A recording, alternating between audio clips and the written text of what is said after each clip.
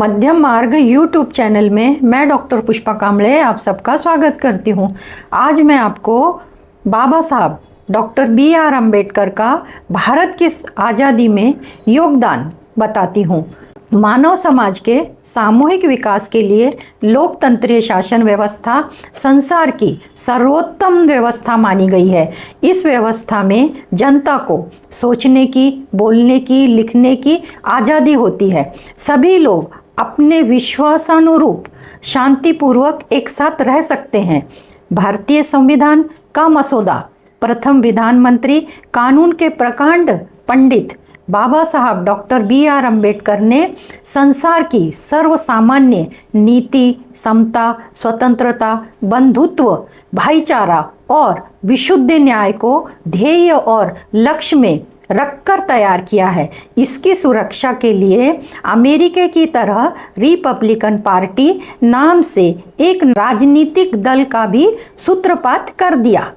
बाबा साहब doctor B.R. Ambedkar की लोकशाही संकल्पना समझने के लिए लोकशाही की व्याख्या समझना आवश्यक है।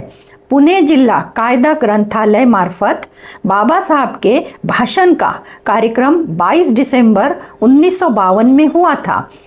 उस कार्यक्रम में बाबा साहब ने लोकशाही यशस्वी होने के लिए पूर्व आवश्यक शर्तें, कंडीशन, नियम इस विषय पर विस्तार से भाषण दिया था। भाषण में उन्होंने लोकशाही की स्वतः की व्याख्या दी थी।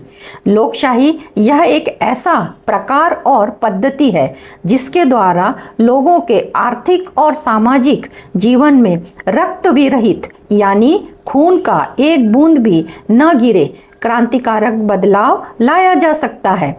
वॉल्टर वैगहॉट इन्होंने लोकशाही की व्याख्या चर्चा द्वारा सरकार ऐसी की है और अब्राहम लिंकन इन्होंने जनतंत्र एक ऐसी व्यवस्था है जिसमें जनता ही हुकूमत जनता के द्वारा जनता के लिए की जाती है, यानी democracy of the people, for the people, by the people.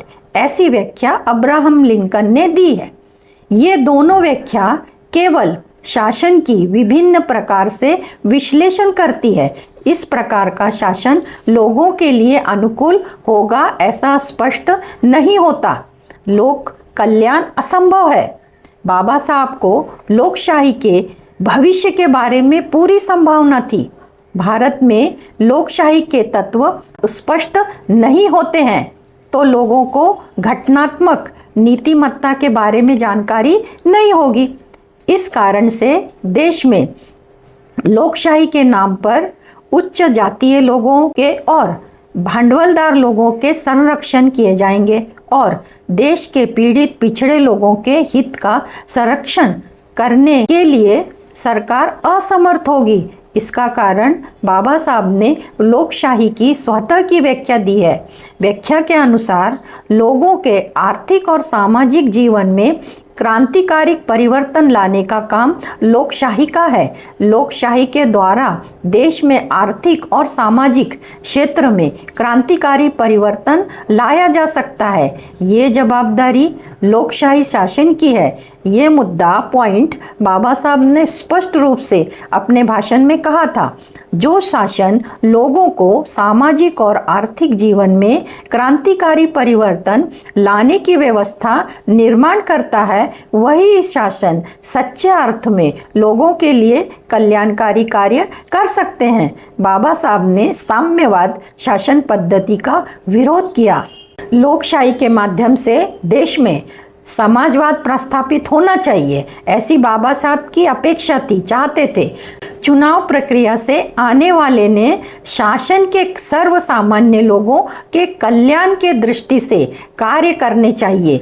इसके लिए देश के आर्थिक और सामाजिक ध्येय ये देश के संविधान में अंतर्भूत होने चाहिए, ऐसा बाबा साहब का मत था, आग्रह था।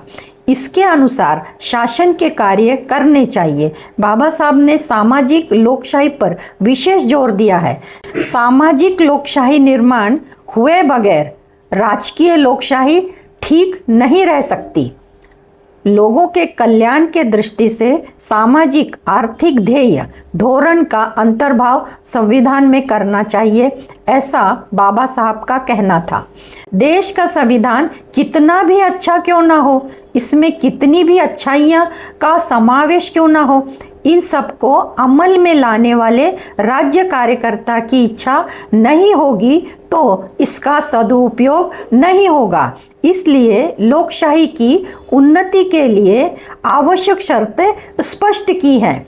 वो इस प्रकार हैं: समाज में असमानता नहीं होनी चाहिए, शोषित और शोषक वर्ग नहीं होना चाहिए, प्रबल विरोधी पक्ष का अस्तित्व होना चाहिए, कायदा और प्रशासन में समानता होनी चाहिए, घटनात्मक नीतिमत्ता का पालन करना चाहिए, बहुसंख्य लोगों ने अल्पसंख्य लोगों पर अत्याचार नहीं करना चाहिए, समाज में नैतिक व्यवस्था होनी चाहिए, सबके हित के लिए, कल्याण के लिए अच्छी सोच होनी चाहिए। बाबा साहब ने लोकशाही को सफलता मिलने के लिए इन शर्तों को बताया है।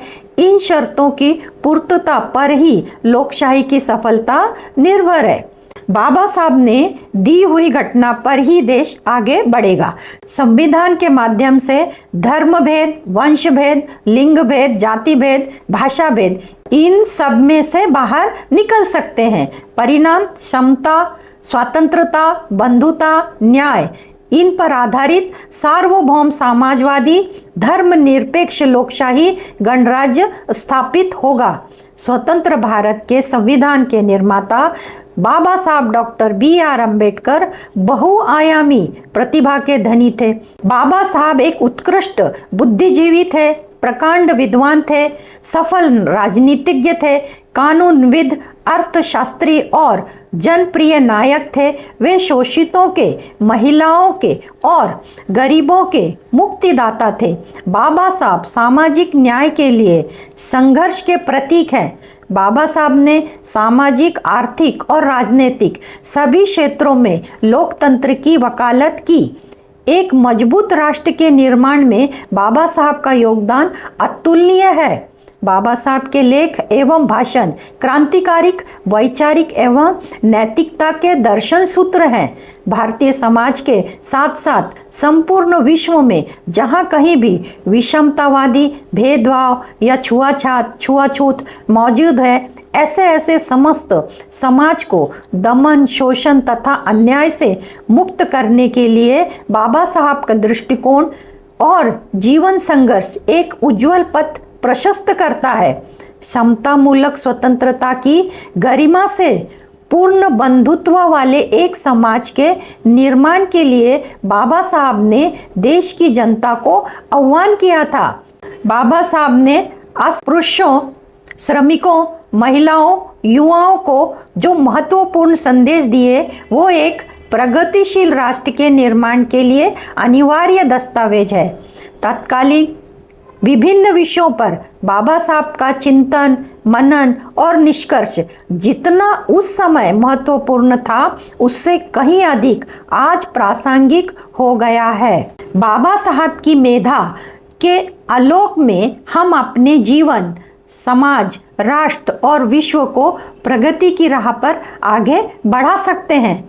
समता, बंधुत्व और न्याय पर आधारित बाबा साहब के स्वप्न का समाज सबका साथ, सबका विकास की अवधारणा को स्वीकार करके ही प्राप्त किया जा सकता है।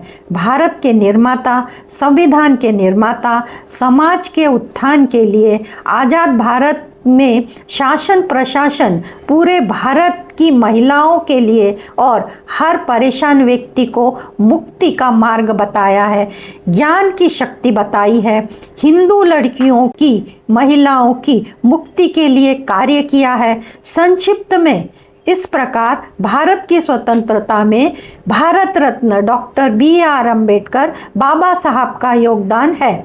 इस स्वतंत्रता दिवस के पावन पर्व पर मैं आप सबको हार्दिक शुभकामनाएं देती हूं। आप सबने मुझे देखा, सुना, इसके लिए आपको धन्यवाद। Bharat Ratna doctor B.R. अम्बेडकर बाबा साहब को कोटि कोटि नमन। धन्यवाद।